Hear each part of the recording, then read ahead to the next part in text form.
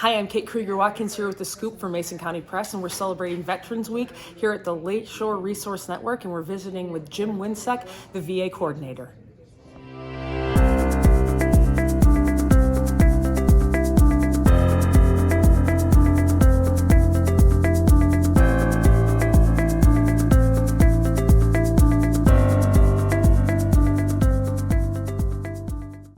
Hi, I'm Kate Krieger-Watkins here with The Scoop for Mason County Press, brought to you by Betten Baker Ford and Safe Harbor Credit Union. And today I'm joined with Jim Wincek.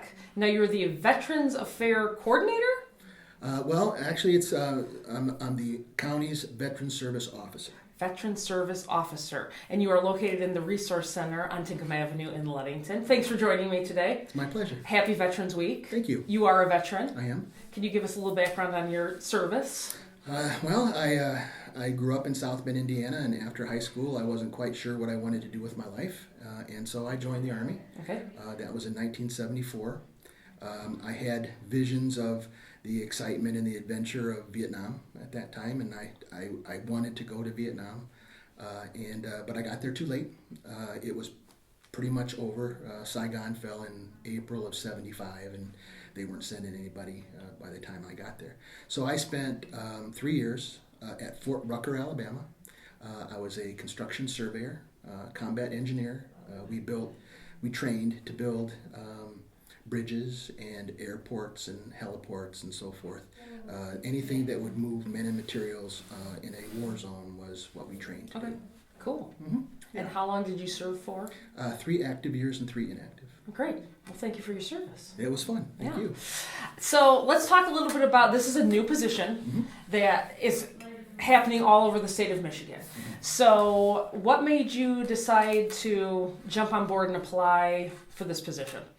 Well, it was a telephone call from someone in the county leadership.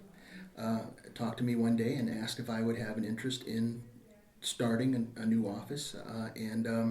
I had been retired for 2 full years, living the life I had envisioned as a retiree, but it was something I couldn't pass up. Starting something new was of great interest to me. I've done that pretty much my whole career. But I do feel that I was given a great deal of benefit from the VA as a young person. When I got out of the Army, I bought my first 2 homes with VA loans. The GI Bill paid for 100% of my college education and much of my graduate education, allowed me to form the person that I had a very successful and happy life and career, and then now at this point in my life where I can actually spend the time, the opportunity to start a new veterans office for Mason County was something I couldn't say no to. Awesome. Yeah. So let's talk a little bit about what this office does and what it offers veterans. Yeah. So you're a veteran. You're looking for different types. There's so many different types of services that are offered to vets. So let's rattle off a little bit of kind of just the most common things that you offer here at this office. Okay, I've gotten my spiel down to Sure. answer that question. All right. To veterans that come Let's in. hear it. I'll give you the long version. The Veterans Administration is really 3 different administrations under one federal umbrella. There is the National Cemetery Association, comes under the VA, and it's its own separate entity. Okay, it's pretty much encapsulated that when you enter, you as a veteran or a family member want to be buried in one of the national cemeteries or one sponsored by the national cemeteries, then you enter that system and then they take care of you. Okay. Another pillar is VA Health. That's the administration that takes care of everything healthcare.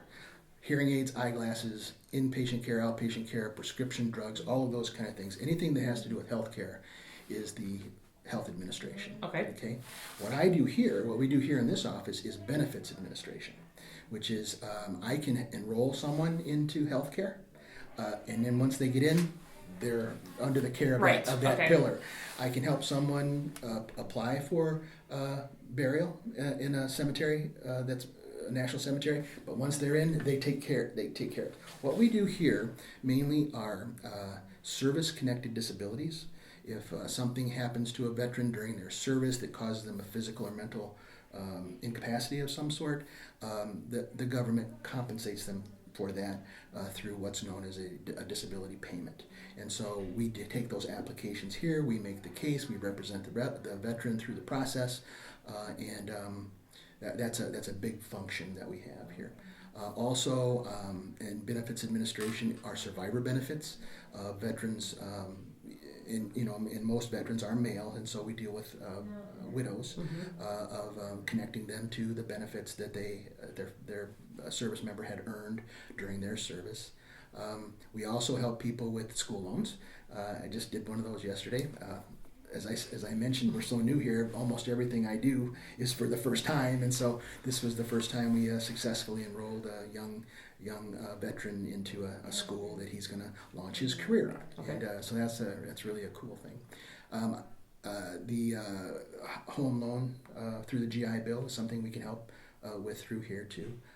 And then just generally, those are all benefits that are prescribed in law. There are a lot of other resources in the community that are actually represented, a lot of them within this building, sure, that are needed by veterans for certain things, for certain reasons, that don't really qualify as one of the statutory benefits. For instance, homelessness. A veteran who is at risk of being homeless or who is homeless can come to us here, me in this office, and I can make sure they get connected up with the right resources to meet that need. We have a number of agencies in town who have special programs for veterans. There is one that you may have heard of. It's the Mason County Veterans Endowment Fund that does emergency funding for things like the last one we did was for a furnace that just needed to be replaced, just died. And the veteran was not in a position financially to do it himself, and so that agency helped us out a lot. Great. So I can direct, if I can't actually meet the veteran's needs with regard to the statutory benefits, I can direct them to other community resources that can. Sure. Now I think a lot of times people think that the services are only available if the veteran's disabled. Now let's talk a little bit about what kinds of things. Let's say you served for 4 years right out of high school. My husband's a prime example. Graduated from high school, went in for 4 years, came out. What kinds of benefits are available for those kinds of veterans? The two big ones are the Veterans Home Loan Program that allows a veteran to buy a home virtually with no down payment. For most of us and most young people, that's the biggest barrier to being able to purchase a home is you got to come up with that down payment. Right. But under the program, you can buy a home. There are certain limitations, obviously, of your income and the value of the home and so forth, but you don't need a down payment to get started in home ownership. And that's really the first step in every young person's life to start building their nest egg, their wealth. And so that's a really big program. And the other one is the GI Bill for education. This young man I talked about a minute ago will have basically zero out-of-pocket expense for his entire education.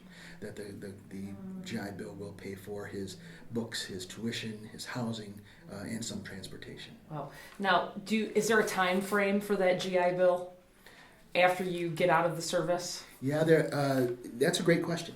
There is. But I also just read an article that Congress has now passed another law that has taken that away. Oh, really? Yes. Now, I don't know if that's today going forward, right, or if they will grandfather in. Yeah. I have to tell you that the VA is a vast organization, very complex, and sometimes it takes a little time for those decisions to kind of shake out and understand exactly what they mean. So we'll be looking forward to that. And I want to also mention, because we're talking about time frames and so forth, one of the things that's very important to people who are in the health administration, getting VA health, is that they're required, the VA health administration is not an insurance company. It's a provider. You have to go to their hospitals, their clinics, their providers. In June of this year, a new law was passed called the Mission Act. That act recognizes that that's a hardship on many veterans to have to travel. Like the medical center that services our area is in Battle Creek. Right. So to have to go to Battle Creek, they have understood now that's quite a trek for some people. Especially in the lovely weather we're having. Exactly. So the Mission Act says that if you need to go travel more than 30 minutes to see a primary care doctor, you don't have to use a VA location. You can actually use a provider closer to home. Maybe your own doctor in the same town that you live. That's awesome. And now, is there something like doctors have to sign up to be like sponsored by this, or do they just like have to send some kind of letter to the VA and they're like, okay, you saw somebody close to home? That's the second part of my answer. Okay, sorry. No, it's good.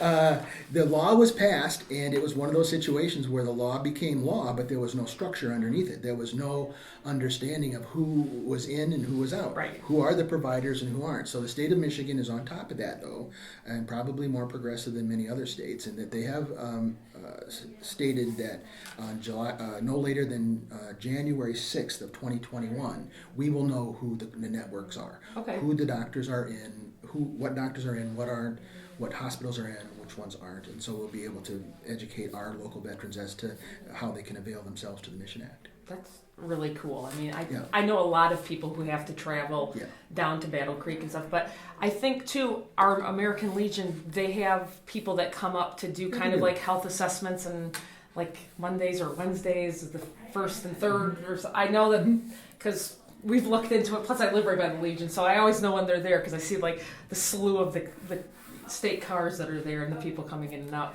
Do you know anything about those that you can kind of? Yeah, I can tell you a little bit Right. about that. Just for local people who are currently wondering. Yeah, it's some limited services that it's a traveling technical medical team that comes up. Nurses, advanced practice nurses. There are lab techs and so forth. For instance, if you need to have your blood pressure taken on a regular basis, you can do that there. If you need to have laboratory work done on a regular basis, you can go there and have your blood drawn.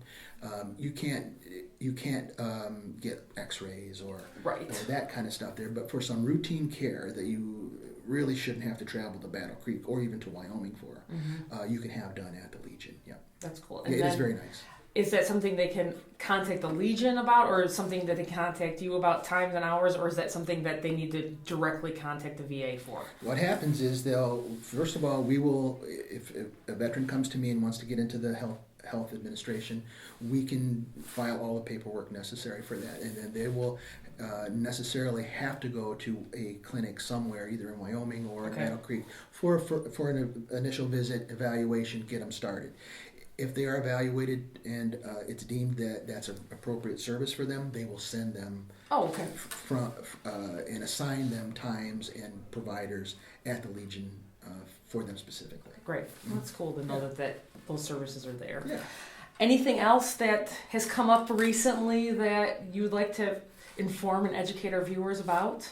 Any other things? We're under a funding source here through the state of Michigan that is a grant through the Michigan Veterans Affairs Agency.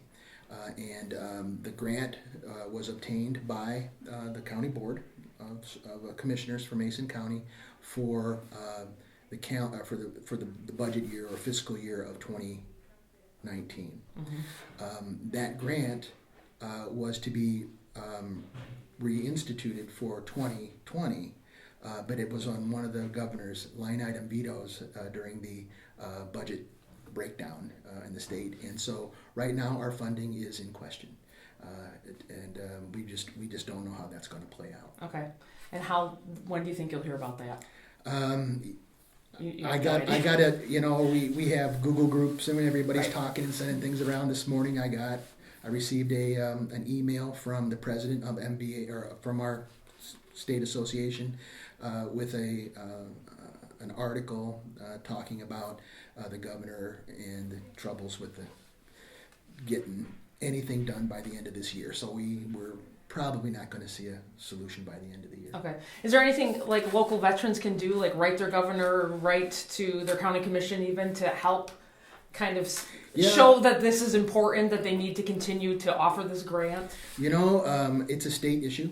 So if someone is inclined to be politically active, I would say a state senator or a state representative would be a good person to connect with and try and get some logjam broken. Sure. I mean, because it is a very important grant to have, to be able to offer all these services, because I think that there's a lot of people, obviously I wasn't a veteran and I'm not educated on that, but I have a feeling there are a lot of people who were veterans or are veterans, not were veterans, I already got reprimanded for that earlier, who are veterans that, don't necessarily know who to talk to, what hoops to jump through, what is offered, what's not offered, that kind of thing. So it is a really important thing. So if you do feel politically inclined, definitely something to reach out to, Michigan politicians about, because if it is on the chopping block, I would like to see that taken off, and I'm pretty sure you probably would too. So, but I appreciate you joining me today. It's my pleasure. And this is definitely an awesome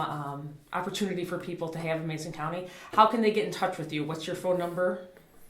Phone number here is area code 231-583-2028. Great. And they are located on Tinkham Avenue in Ludington at the Lakeshore Resource Center, which also houses United Way and the Food Club and Michigan Works and a bunch of other things. So I'm sure people have come through the doors for many different reasons, but the Veterans Affairs information is also housed here. So for any other news, you can check out MasonCountyPress.com, and our weather is always brought to you by Smith & Eddy Insurance. And again, thanks, Jim, for joining me today, and happy Veterans Week. Thank you very much. Thanks.